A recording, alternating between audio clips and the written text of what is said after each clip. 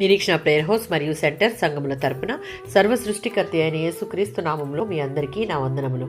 ఈ దినపు దేవుని మాట నిర్గమాకాండం 19వ అధ్యాయం 5వ వచనం. మీరు సమస్త దేశ జనులలో నాకు స్వకీయ సంపాద్యమగుదురు. ఇశ్రాయేలీలు దేవుని ప్రజలుగా కొనసాగడం అనేది వారు ఆయనకు విధేయులై ఉండాలన్న షరతుపై ఆధారపడి ఉంది.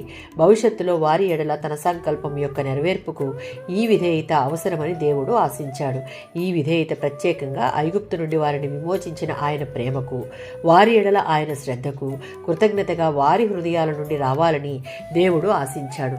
ఇశ్రాయేలీల ఎడల దేవుని సంకల్పం సంఘాన్ని గూర్చిన సంకల్పానికి ముంగుర్తుగా ఉంది. ఆమోసు గ్రంథం 3వ అధ్యాయం 2వ వచనం. తాము దేవునికి ప్రత్యేకమైన ప్రజ కనుక పాపాల కోసం దేవుడు తమను శిక్షించడని వారు అనుకున్నారు. అంతేకాదు, వారు దేవుని స్వకీయ జనాంగమై ఆయన పిలుపును అందుకొని విమోచన పొందిన వారు కనుక దేవుడు తమను శిక్షించడాన్ని నమ్మి ఆమోసు ఇచ్చిన సందేశాన్ని తిరస్కరించారు. వారు తన ప్రజలు కాబట్టే ఆయన వారిని శిక్షిస్తాడు. ఎక్కువ ఆధిక్యతలతో పాటు ఎక్కువ బాధ్యతలు ఉంటాయి. వీటిని నిర్లక్ష్యం చేస్తే తప్పకుండా శిక్ష వస్తుంది. 24వ సంకీర్తన 1వ చరణం. విశ్వానికి సృష్టికర్త యెహోవాయే, అందువల్ల అందులోనివన్నీ ఆయనవే, మనుషులంతా ఆయన సొంతమే.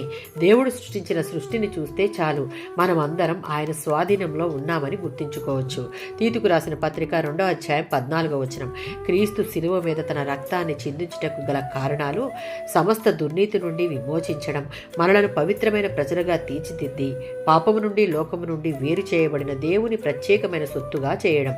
పాపంతోనూ సాతానుతోనూ పోరాడేవాళ్ళు తెలుసుకోవలసిందేంటి అంటే, పాపము శక్తి మీద, దుష్టత్వం మీద జయకరమైన జీవితానికి ఆయన తగినంత కృపను అనుగ్రహిస్తాడు అని. ఆమేన్.